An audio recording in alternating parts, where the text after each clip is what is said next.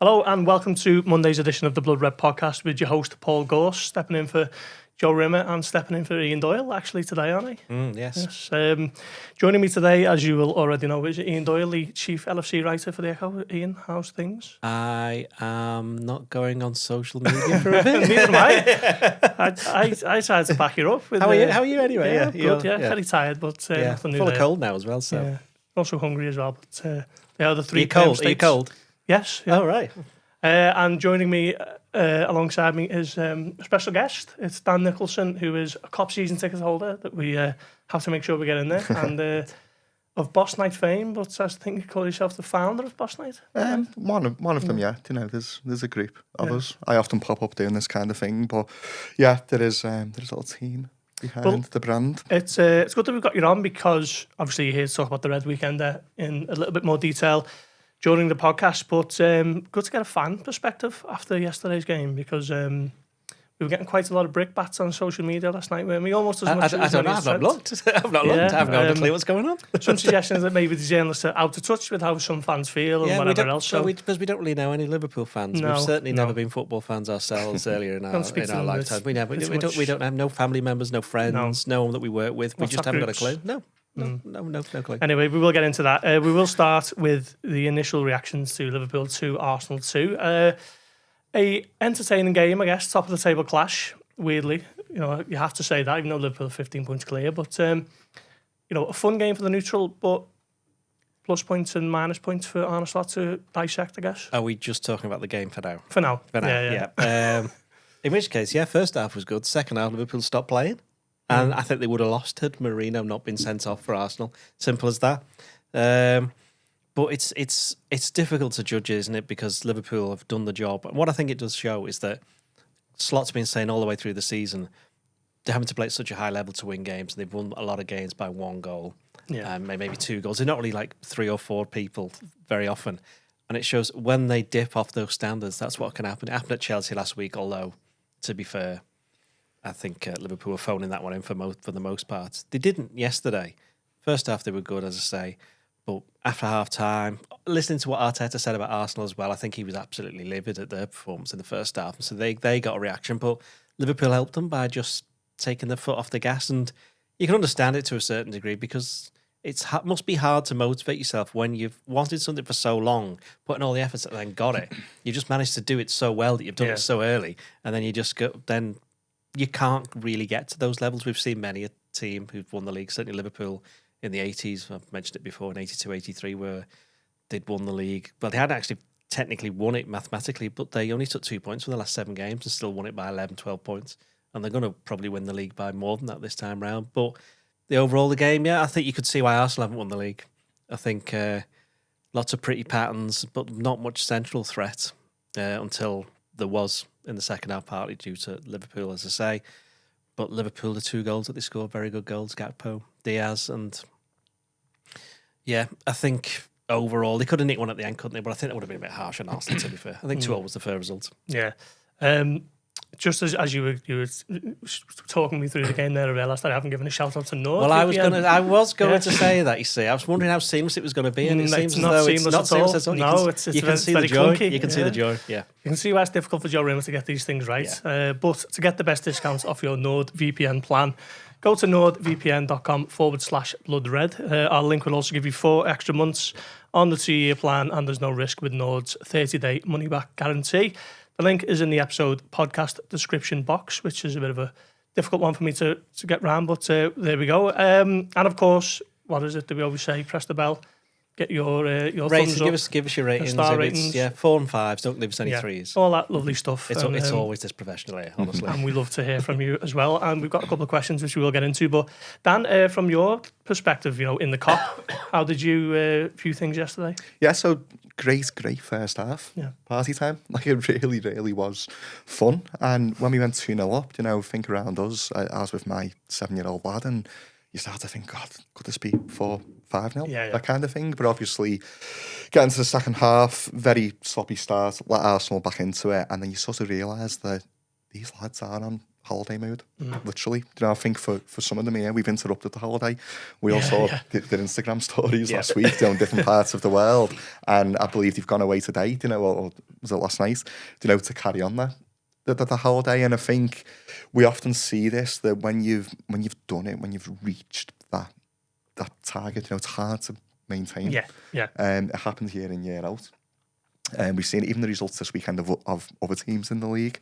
You know, it's hard to maintain that that sort of full speed ahead, and I think that was reflective, and 2-2 ultimately was a fair result. We're going to get onto the big talking points, I'm sure, in a second, but that did sort of kill it. The substitution did kill, I think, any sort of feeling that we could actually go on and win the game. Yeah, I was surprised by how well Liverpool flew out the traps, to be honest, because I think they only come back to work essentially on Friday, didn't they? So they've had maybe a couple of days training sessions on the back of you know, some time away with the family, wherever they've been, you know, far-flung areas of the world. So for them to start as well as they did was a surprise to me.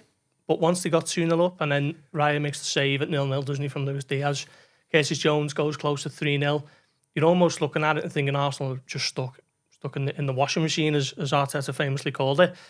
And you think Liverpool could go on and really put a marker down here and win 3 or 4 and really sort of open up and almost encapsulate why there was a big gap between the teams this season, you know, 15 points clear. And that would have been a fair reflection on half-time. But I think what Arteta did quite cleverly was bring Trossard onto the left and Martinelli through the middle. And that had, you know, an impact straight away, didn't it, with them two combining for the first goal. And as the game went on, Conor Bradley started to tire a little bit, didn't he? Trossard started to show his class a little bit, and then, you know, he's obviously left with the decision to bring Conor Bradley off because he's not in a position where he can complete 90 minutes at the moment. And Trent comes on, was it 66 minutes, I think? 67. Yeah. So Marcel deliberately waited to the 67th minute, so it wasn't some sort of symbolic thing for his squad number. And were you surprised by the noise that greeted his arrival? Okay, right. Right. I want to be careful here because this fella here will start clipping it and stuff. I wasn't surprised. Okay, right. Name me a Liverpool supporter who's happy that Trent's going. Name me a Liverpool supporter that's happy that Trent's going to Alexander-Arnold. There isn't a single one. Most of them are unhappy. We're unhappy because we're having to write all this stuff. But, you know, no one is happy about it. There's that. However, there then comes a way where you show this displeasure. And you've got to bear in mind that most people have suspected this was going to come for months, right? The longer that he didn't say anything, Trent, the more likely it was that he was going to leave. But until he actually comes out and says it, there's always that little bit of hope that he might, you know, not so much change his mind, but decide, I'm going to sign a new contract and stay at the club. Slaughter's known for a while, nearly 2 months now, that Trent was going to go, and he's kind of kept faith. I know we'll come on to all of that in a bit. So I was surprised at the reaction when he came on. It's a short answer, yes. Because beforehand, they'd gone through, you know, chance for Conor Bradley, supporting him because obviously they know he's going to be the new right, will be given a chance to be the new right back. Chance for Gerrard, bit pointed. Obviously, there's a player who didn't go to Real Madrid or Chelsea. Do you think that was too subtle? Well, funny enough, I've just been writing about this, saying that it was a bit too subtle for some, but then when Trent comes on, I was surprised by the boos, but you know, you can kind of see that, but then when he gets the ball, and then it carries on all the way through. I mean, I wrote that it was a disgrace, and I'm going to say it again. I thought it was. By all means, be upset. By all means, be unhappy. By all means, boo him when he's left, which is exactly what, you know, Raheem Sterling was on the bench for Arsenal. So then he knows all about every single time he's ever come back. His name got booed and it got read out. Exactly, yeah. So there's that. But to do it during a game in which the other 10 players are still on the pitch trying to win a game, it was 2-1 at that point. So within a couple of minutes, Arsenal made it 2-2.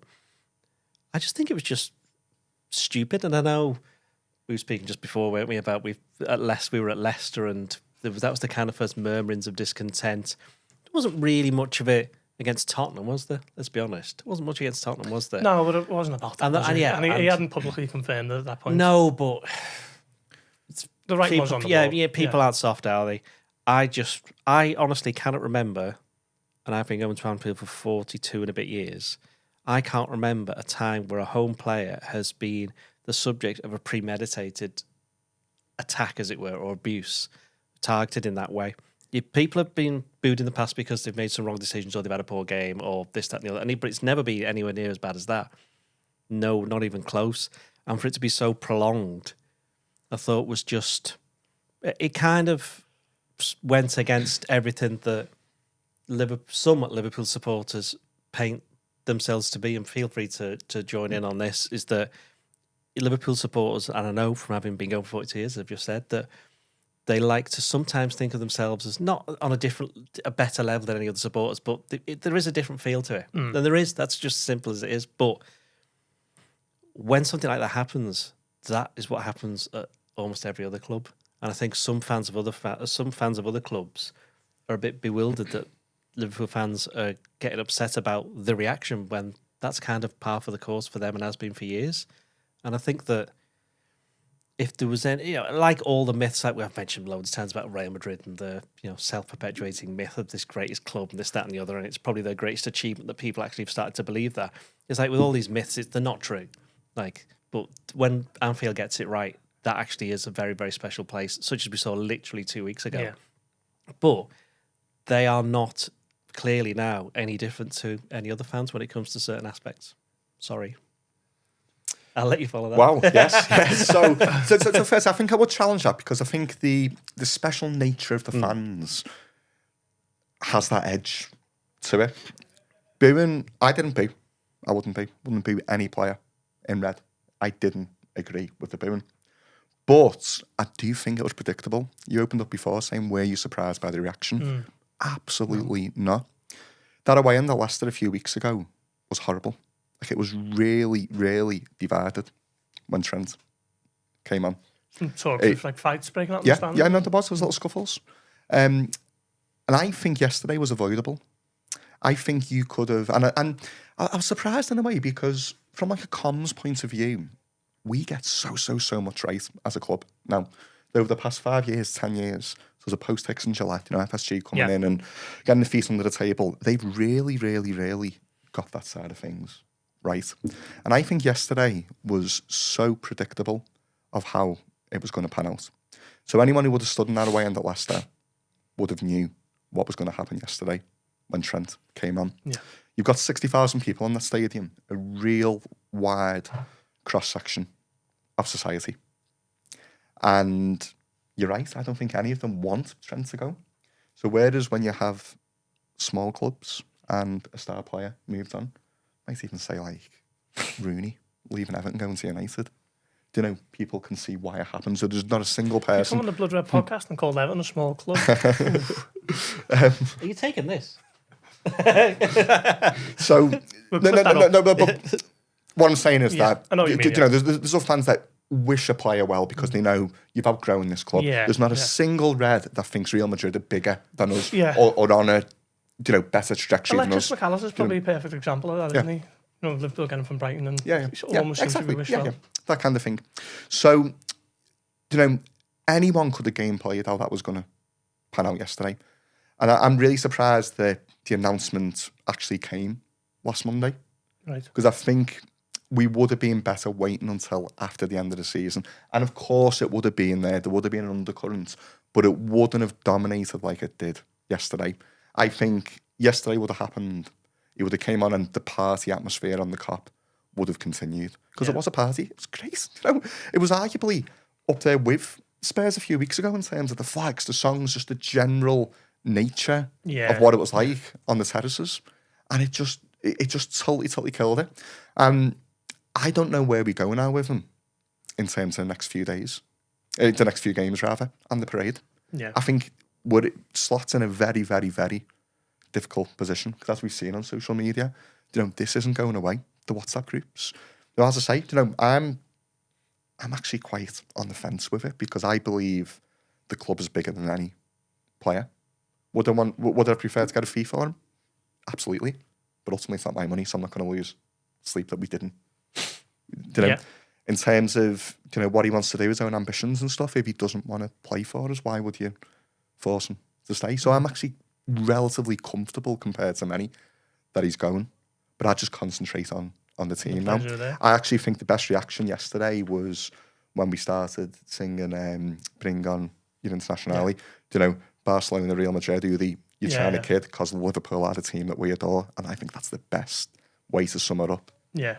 It's interesting you mentioned about the timing of the announcement. I think it was wholly done on Trent's terms. You know, it was his exit, ultimately. It is his exit, and he wanted it to be done, you know, the strategy sort of rolled out, how he wanted it to play out. So I think a big thing of it was didn't want to sort of announce it post-season when there'd be nothing to front or for. I think he thought that might have been a little bit of a coward's way out, which is why he's chosen a time when the league has already been won, so it doesn't rock the boat with that, and he felt comfortable enough to announce it. So he chose Monday, rightly or wrongly, that's how he's done it. I think maybe it'd be interesting to speak to people at the club and see what they view of that, but the decision to announce it Monday morning last week was, you know, wholly Alexander-Arnold's decision. I mean, you're old enough to remember when Steve McManaman left. Yeah, and he didn't announce it, but everybody knew where he was going. Of course, And I know it's slightly different because Liverpool at the time were not very good, and Real Madrid were a team who the following season won the Champions League and he scored in the final. But there were murmurs, as I mentioned before, there've been murmurs from the crowd, but there was never targeted booing. So my question is, what's changed in those 26 years since? New generation of fans, maybe? No, I don't think it is. I think a lot of it could be down to where we're at as a club now. Yeah. So you stand at Anfield yesterday, and that ground is amazing now. It's always been amazing. But it's a different club to what it was 15 years ago, Michael Owen, or whenever it was, 20 years ago, McManaman. It feels different. Real Madrid doesn't feel a step up. There'd be a lot of us that would argue we're actually here. We've got more chance of winning the Champions League next year than Real Madrid, or as much chance. Yeah. And let's not forget the way it's panned out with Real Madrid over the past few years. It's not as if we're mates with them. There is like a little bit of a rivalry there. Whether it's on the pitch or off the pitch, sort of politically, and the way they position themselves compared to us. It's not as if we're all mates. So we're shaking his hand, saying, "Go and enjoy Real Madrid. What a club!" So I think there's that. I think as well that this just isn't about how we perceive ourselves as football fans. There is a Scouse thing as well, and of course, it's one of our great strengths, but it's also one of our great weaknesses, that we all back each other when we're on the same team. But the moment someone raises their head above the parapet or decides to go off a little bit, that's it. Yeah. Look at Ringo Starr when he was sitting on Jonathan Ross and he said he preferred to live in LA than Toxteth. and the next minute he got his head chopped off. He literally got his head chopped off outside South Parkway Station. The hedges got, So we have got, there's a history of this, and there's a history of, we're all in it together until we're not. Yeah. And then I think that's what we've seen yesterday. It's what we're seeing play out on social media. And it's very difficult. There's a lot of sort of tweet last night from Piers Morgan, almost like telling us what to do and how to think. And that's even worse. You can't, it comes across, I think, as, Scousers in general don't like being told what to do or how to feel. It's this organic thing that just happens. And that's what we saw yesterday. And as I said, I do think it was an avoidable situation. I really do.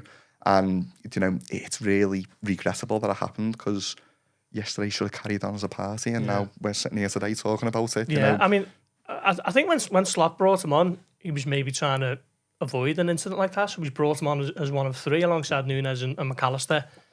So there were boos when he was coming on, but I think the supporters who were booing didn't want to leave any ambiguity or confusion as to who it was for. It wasn't for Darwin Núñez, certainly wasn't for Alexis McAllister. So as soon as Trent gets his first touch of the ball, that's when they decide, right, we're going to go again, and that's when it got really uncomfortable. Always going to happen. So yesterday, we're outside Hotel Anfield. There's my son who's 7, mate's son who's 6, another mate's son who's 9. They get together, and the first thing they start talking about was, "Are you going to beat Trent?" It was like it was a thing. So my son, for the record, was like, "Absolutely not." And the 9-year-old was like, "I don't know." And then the 6-year-old's like, "I'm going to boo him," because to him, he's just seeing it through these red tinted glasses. What, you're leaving us? So that was almost like, a little microcosm of what was going to happen in the stadium through the eyes of three kids. Yeah. Some journalists might say that you're saying that anyone that booed is a 6-year-old. The behaviour of children. We wouldn't do that. We've had a couple of questions in this one from David Elverson saying, how will Trent fare against Cody Gakpo or Luis Diaz in next season's Champions League quarter-final? Speaking of Trent, he's not switching to something better, he's switching to something different. after 9 years. As much as I'd love to keep him, surely that's something most people can understand. I mean, I can understand this idea that a little bit of a change of scenery, a new lifestyle, all that sort of stuff. I think I've spoken about that before. I can get that as an idea, as a concept. For me, my issue is for him. I just hope eventually it will be worth it for him, because he's 26 now, so he's probably got less than 10 years left of his career. So by the time he hangs it all up, if he's won X amount of La Ligas, X amount of Champions Leagues, will that make it all worth it? Because he's probably not going to be allowed to come back to Anfield and enjoy the sort of adulation that he was able to even, a week ago. So that for me would be the big issue for him.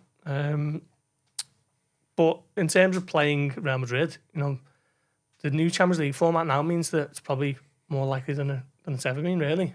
Yeah, I mean, they're going to come across them at some point, aren't they? It's going to happen. But then, as I said before, then it's okay to boo him then?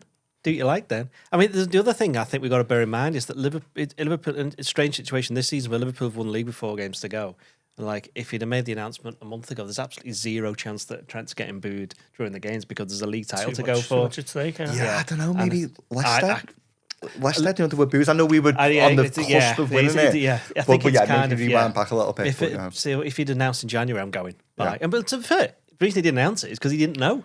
That's the thing. He hadn't made his mind up fully. He only actually did it in March, didn't he? When he actually came and told the club. This isn't really the debate about whether Trent should go or not, because we've done that to death, haven't we? Loads of time. This is about the reaction of the fans and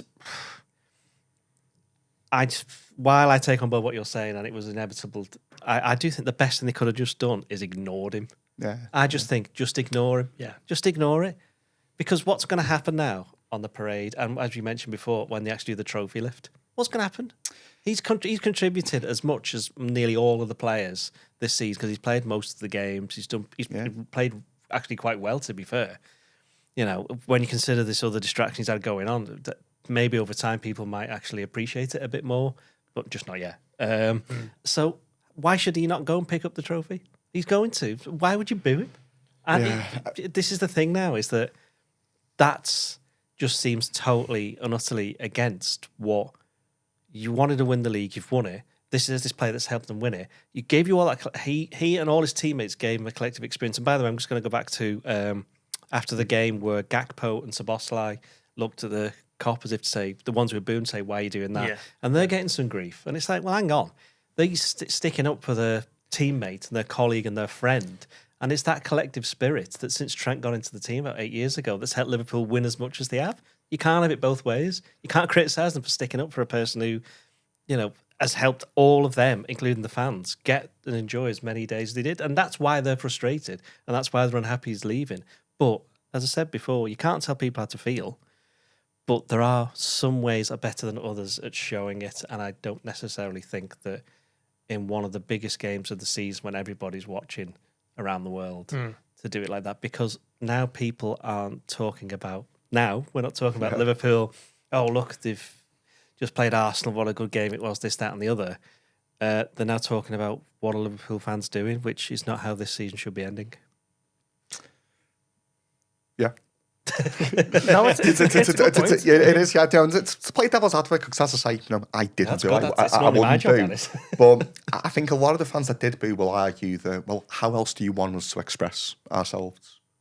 Yeah. A lot of those fans might have social media reach or, Trent's phone number, whatever. So, they might be saying, well, that's our way of expressing how we feel. And as I say, it doesn't make it right or wrong, but I think that will be in the minds of a lot of people. Well, how else are we going to do it? And it does put him and the team, the dressing room, in a difficult position over the next 2 games and the parade, because first and foremost, they are mates.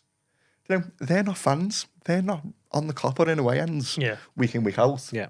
Like us. They're in the dressing room as mates.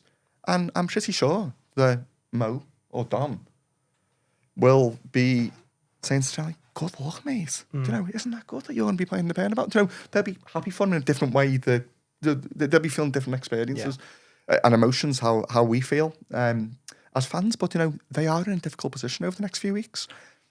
I don't know what happens if he's on the bus. Personally, I'd clap him for all the reasons that we just said. 9 years of amazing service, and whilst I don't really want him to go on to have success with Real Madrid because I've got no affinity to Real Madrid whatsoever, I also don't want him, to have a bad time. He's a Scouse lad who's but the best player in a failing team. But there's a lot of, there's going to be upwards of 1 million people on the streets 2 weeks today. Yeah, that parade, and you can't control people. You can't tell people what to do. Surely it can't overshadow the trophy parade that people are waiting 35 years for. I mean, obviously the 2019 was Champions League final, and 2022 was kind of credited as a bit of a pick-me-up for the players more than anything. The night after Paris, but this one is the one where supporters have known about it for a month at the very least. It's not following on from a European final 24 hours later or even 12 hours later. So people from all over the world have had time and space to plan the logistics, plan their accommodation, the routes into the city. So like you say, it's going to be upwards of 1 million. So surely this can't overshadow that. I hope not. Like, I really do. After yesterday, it did take the fun out of it. And I hope that doesn't continue into Brighton, into Palace, and then into the parade. Yeah. But as I said a few times, it's really difficult to tell people what to do. I think. And, in that crowd of 1 million people, there's going to be fellas on a bus stop on Queen's Drive sticking 2 fingers up to him, which, do I agree with it? No. Would I do it? No, I wouldn't. But it is going to happen. And I think as a club, we need to sort of think and gameplay, well, how is this going to turn out? How do we minimise? Yeah. And I don't know what the answer is. I don't think they can. I think going back to what you're saying about the players, I think they'll be his teammates will be the first ones who are pushing him and go and pick up that trophy, go and thrust that in front of all those fans. Yeah. If some of them want to boo it, that's their problem. Yeah. I mean, my hope is that the point has been made now, and then say no more about it. Whether that happens or not, we'll see. I guess at Brighton and then certainly against Crystal Palace. But I'd hope that it was there was enough anger in the booing to last for the rest of the season. I mean, supporters can just sort of put it to the back of their minds now. They're not going to be singing Scouser in the team, certainly not. But you don't need to, the focus should be on what the players have done as opposed to what one player has chosen to do. So, and it might be we all get out our systems. So whether it was in the ground yesterday, podcasts like this, all the tweets, that kind of thing, might be that everyone just gets everyone just gets bored of it, and they're like, let's just get behind the team. Well, while we're not bored of it just yet, we've had another comment from Don McKeown. Is Trent the most tone-deaf player in Premier League history? I was amazed he came on as a sub yesterday, and it occurred to me that he is sadly mistaken being the Scouser in the team as something he earned rather than something that Liverpool fans have forgiven them for some subpar performances. I think that might be a little bit harsh. That's a bit harsh. Who's that? It's from Don McKeown, a player who would have had to have paid to enter the Bernabeu, where you're quite not literally free. I genuinely wonder about the advice he is receiving. I think it may be a fair point. Some of the advice, the timing of the announcement, it was obviously he wanted to do it. It's been wise after the event. If he'd have done it at the end of the season, he'd have probably been called a coward. So I don't think how do you leave? There's no good way of leaving. And again, we don't need to go over what we've just said before. Yeah, I mean, Arne Slot said this before we started recording, didn't I? Arne Slot was saying on Friday about how people at Liverpool need to make it the most difficult club in the world to leave. And, I think, you look ahead to someone like Ibrahim Konate, who's in the same situation Trent, Salah and Van Dijk were in this time last year. I mean, I guess Slot didn't mean it that way, but do you think that might have an impact on him, thinking, fancy it? I mean, it's an awkward one. Would it make a player shuffle to the exit door easier, or would it make them think twice about doing it? I'm not really sure. There's something different with Konate, and it was different with Virgil and Mo as well. And it's a Scouse thing. Yeah. Like, it really does come back to the booing yesterday was because people felt betrayed. They're one of their own, someone that they identify with and feel like, of course, Trent has had a totally different upbringing. He's been at the club since he was 6. There was being earmarked that he was going to be top player. He's had a different experience around supporting the club as us. Yeah. But people still think, people in the stands yesterday still identify and associate that he's one of us. Hence the song, Scouser in the team. And I think that's what will be different for Konate. It's what would have been different for Mo and Virgil if they would have chose to step away. players come and go each year. But I think it is when it's one of your own that makes a difference. So what does Slot do now? Does he leave him off the squad for the rest of the season? Does he just carry on as normal? I mean, he's known since March and he's carried on fielding him when he's been fit, hasn't he? I mean, he's obviously said that Conor Bradley, or he's hinted at least that Conor Bradley is going to play the remainder of the season if he's fit. But does Trent get on the bench? Or? Well, that's two things. One, we know him from having dealt with him. And two, he's Dutch. So he really won't care. Let's be honest. He's just going to crack on whatever. That's like, again, that's going back to like, that's one of his strengths, is also one of his weaknesses by the looks of it. Not being able to forecast that and thinking, oh, it won't be a problem. And even afterwards, he was like, I thought Trent did okay when he came on. It's like, I don't really think we're talking about that so much today. I mean, forget, from a purely football point of view, there's absolutely no point playing him because the league's won and he's leaving. It's as simple as that. If you don't have to play him, you don't. And there's the risk of him getting injured. Well, would he want to play 180 minutes? Well, then that's the other thing, is that he was quite happy coming on and being, you know what I mean? So if that can't be an issue, I think Liverpool will just, if Bradley's going to have another week, well, assume he's not just making note, put his feet up on the beach somewhere like everybody else used to be doing this week coming up. As long as he can get the minutes under his belt, I think he'll just play the. Well, he's going to start the 2 games anyway. Slot's more or less said that, and if Trent doesn't need to come on, he won't. And it's as simple as that. And I think it'll purely be from a football thing for Slot, no other reason whatsoever. So, yeah, Bradley, and if they do sign another right back, are going to be competing for that slot next season. Trent's gone.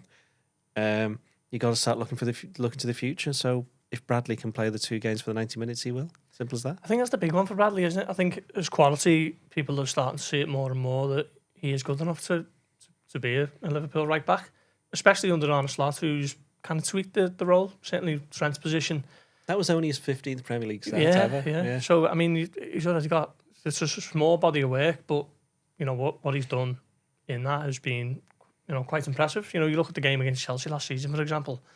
He was brilliant, wasn't he? He gets his goal and a couple of assists, I think, as well. So Liverpool in a bit of an awkward spot now. Do they entrust him to get over his fitness issues, or do they look to maybe recruit someone who's a little bit more senior and Bradley continues his development? Well, that's it, isn't it? And that's why the next 2 games are so important, because I imagine Slot will be saying to Conor Bradley, this is your chance to prove to me. We're at this crossroads here. And it really is a toss of a coin around, do we put our faith in Conor Bradley and he becomes first choice right back, or do we go out to the market and look to recruit? And maybe Conor Bradley gets delayed a couple of years, or potentially even has to look elsewhere. So I think that's actually one real good reason to try and take a bit of the edge away.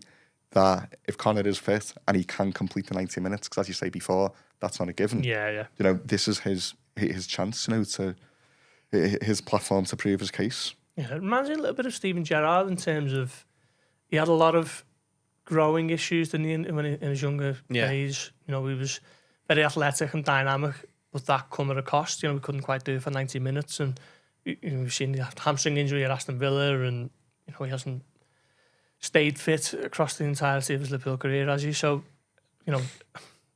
difficult to predict. But is that easy to get over the older you get? How does that change?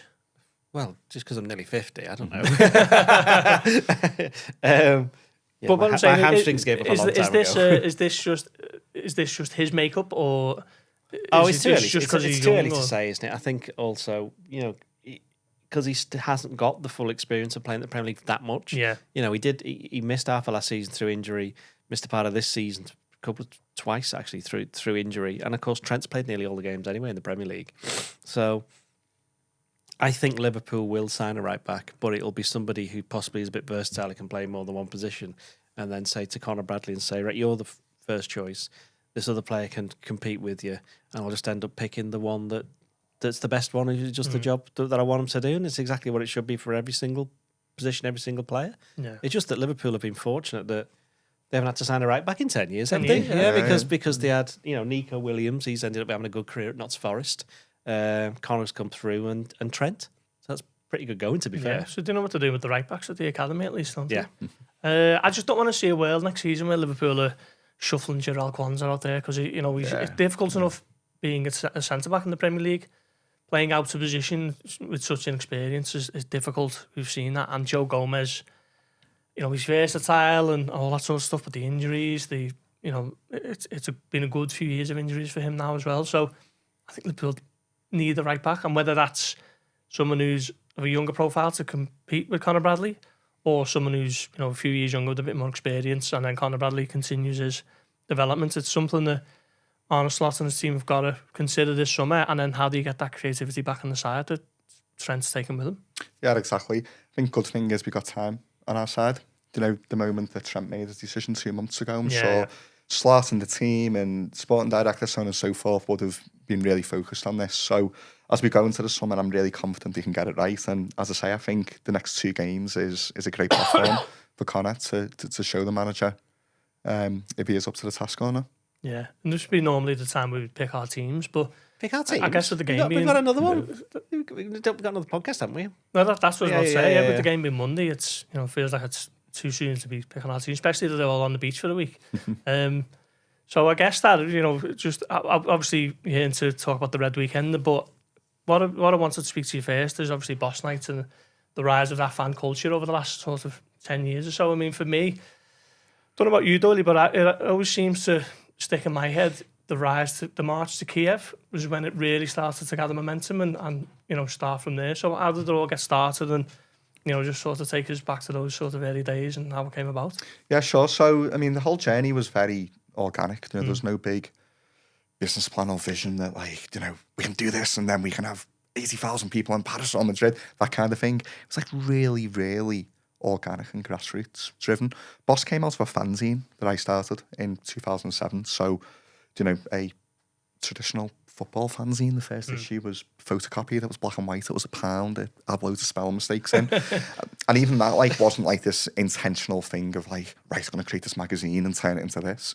It was literally let's just get some stories down from the match, because, going back to 2007, the internet was there. It was sort of pre-social media, but there's a lot of stuff that would go on message boards or the early blogs, that kind of thing. But then, it sort of get lost. And I really felt going home and away, around Europe, watching us, that really nice things were happening, funny things were happening, interesting things were happening that ought to be captured somehow. So just with a few mates, I said, why don't we just start a fanzine? I was quite into the idea of fanzine culture, and I was picking up fanzines from other clubs. But whilst we had the Red Over the Land, Through the Wind and Rain, sort of the Liverpool way, sort of felt that there wasn't anything from a real young match going perspective. Right. I would have been, early 20s at that point, really ingrained in the sort of culture of the city, the music, that kind of thing. I just felt it was really important that there was something physical that in 20, 30, 40 years' time, someone could find in a box in a loft and go, oh, so that's what they were doing then, or that's what happened at Portsmouth away, or that kind of thing. So that's how Boss first started. As I say, really organic, no plan.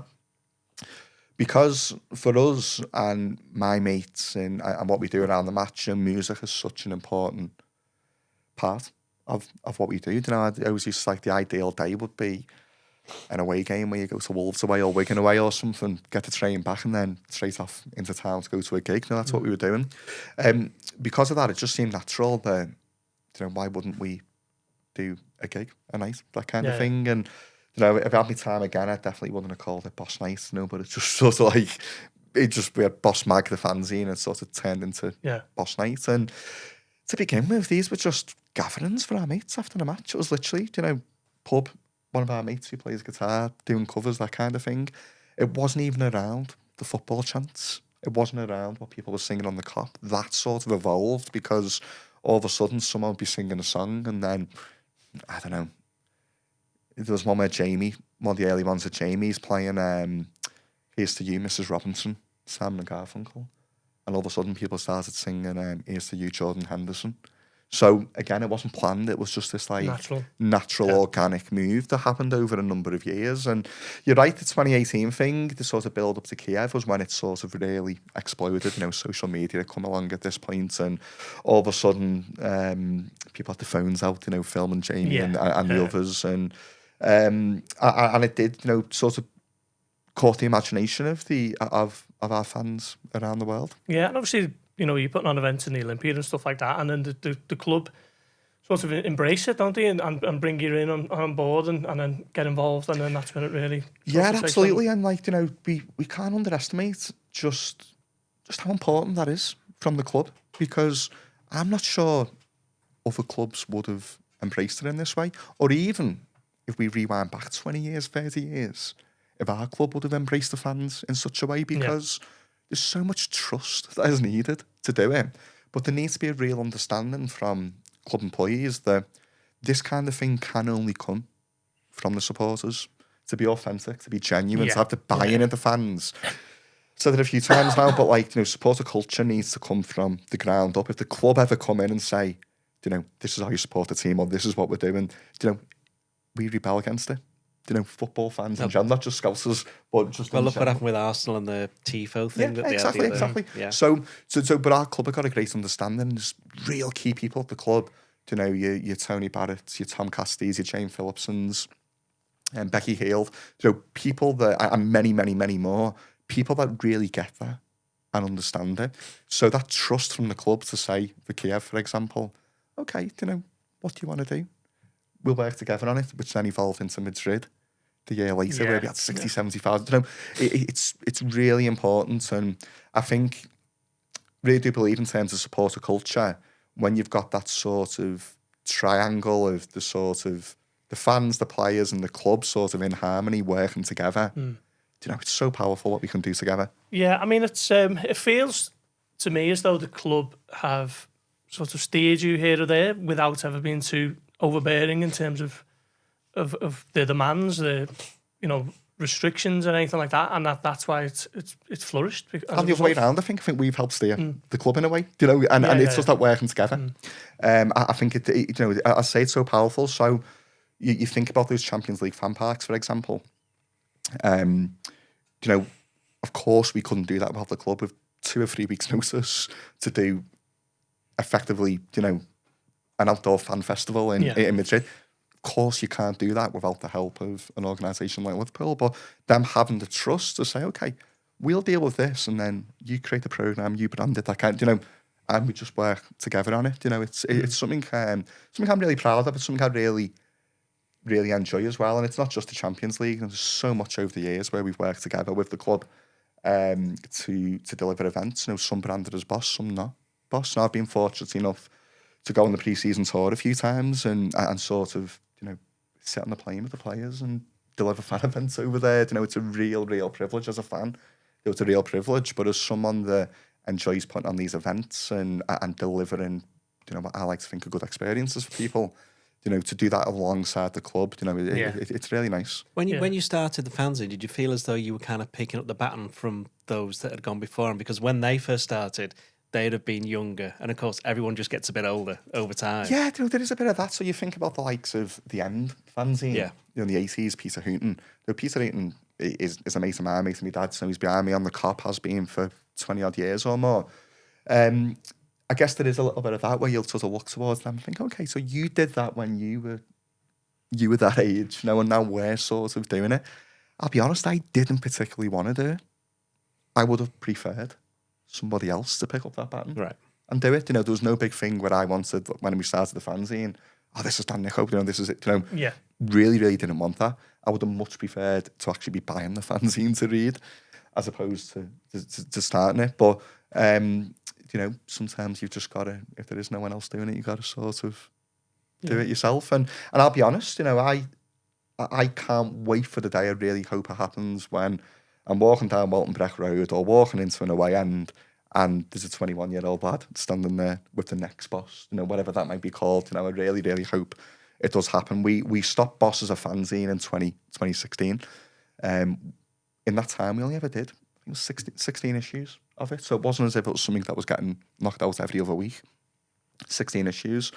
But all of a sudden, we got to a point where me and my mates and the contributors, our circumstances had changed. We weren't going to every away game. All of a sudden, we had mortgages or wives or kids, that kind of thing. And all of a sudden, we sort of realised, well, actually, can we still write about getting on a minibus to go to, Chelsea away or something, and this happened? Because I'm not actually doing it week in, week out. So So yeah, I do hope that one day soon somebody else takes the baton on. Yeah. You did the event last year. Was it South Carolina, was it? Any plans for the tour of Japan or Hong Kong this year? Not at the minute. Certainly exploring it, but it's slightly more difficult, to get over to Asia and to make it work. It'd be an absolute pleasure to be able to deliver something for our fans out there, and there's definitely demand for it. But yeah, it's a bit more difficult.